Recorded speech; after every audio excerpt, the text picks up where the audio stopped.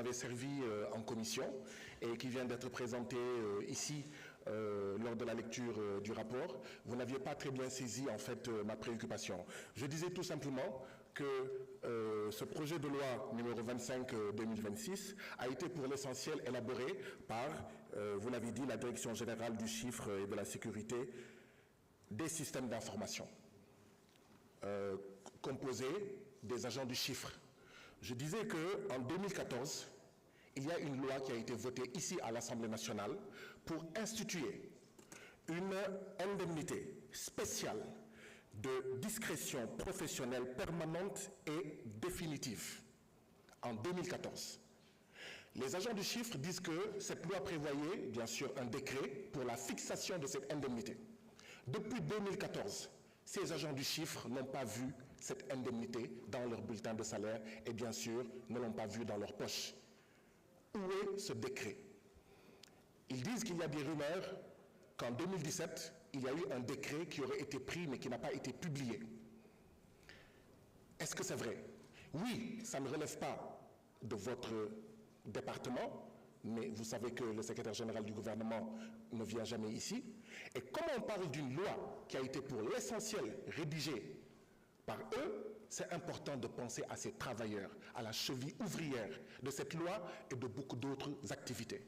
Donc, j'aimerais que vous en parliez au gouvernement, que vous en parliez au président de la République, M. Bassirou Diomaye Diakhar Faye, et que vous lui disiez qu'un décret ne sert pas seulement à organiser la transhumance, mais un décret sert surtout et d'abord à prendre en charge les préoccupations des Sénégalais. Et j'aimerais, si depuis 2014, aucun décret n'a été pris pour faire de cette indemnité une réalité, que M. Diomaye Faye, au lieu de prendre un décret pour menacer les gens de rester, de venir dans son parti ou pas, qu'il prenne en charge ce genre de préoccupations-là. Monsieur le ministre, Sénégalais yi nee nañ sonn nañu ci dalal toon bëgguñu dalal toon da ngay jël sa téléphone teg sa nopp mu ne teet jël nga dalal toon.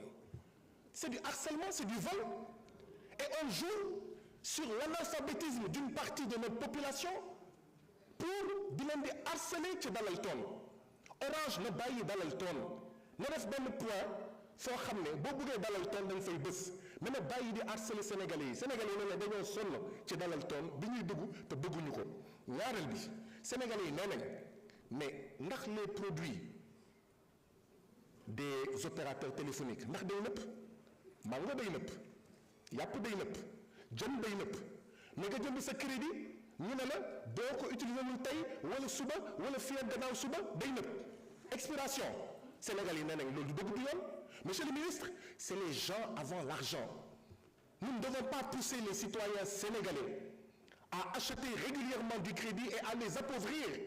Ils ont d'autres dépenses am na leneen lu ñuy jënd donc foog ñu xoolaat foog gouvernement Sénégal bi xool ndax day bàyyi les opérateurs de téléphonie d'accord di naan suba mu jeex gannaaw suba mu jeex non.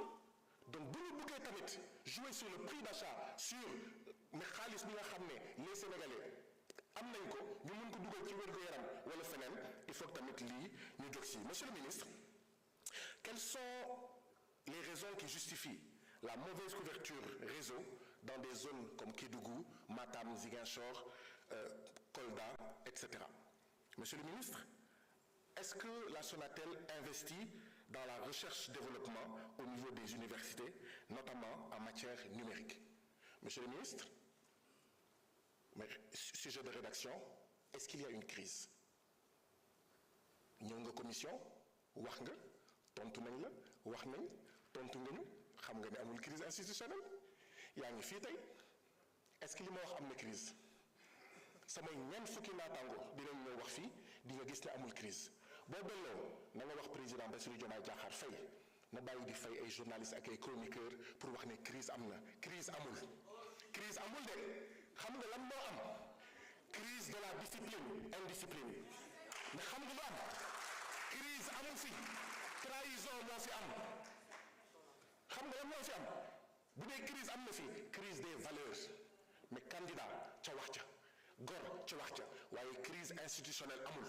nañu bàyyi di fay ay nit di wax crise am na fi pour dal ci kaw Ousmane Sonko dal ci kaw assemblée bi crise amul wax ko président Bassirou Diomaye Diakhar Faye ma bàyyi di fay chroniqueur ak ay journaliste pour mousser une crise qui n'existe que dans sa tête te régler la crise des valeurs la crise de l'assainissement dañoo war a assainir l'arène politique sénégalaise changer li ñuy defee politique te bañ di war askanu Sénégal di clignoter à gauche en campagne électorale bu la falee nga tourner à droite loolu dafa war a jeex donc crise amu fi mën nga ñëwaat tey ñëwaat suba ñëwaat gannaaw suba on va t'accueillir on va vous accueillir comme il faut et on parlera des problèmes des Sénégalais je vous remercie.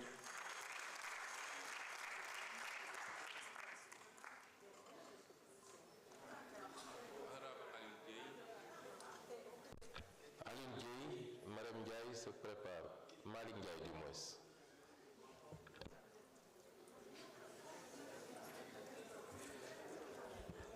Merci Monsieur le Président. Salam alaikum Monsieur le Ministre. Honorable député maa ngi leen di nuyu bu baax di profité si minute yi maam di jaale sunu sœur Maïmouna papaam bi wàññeeku démb di ko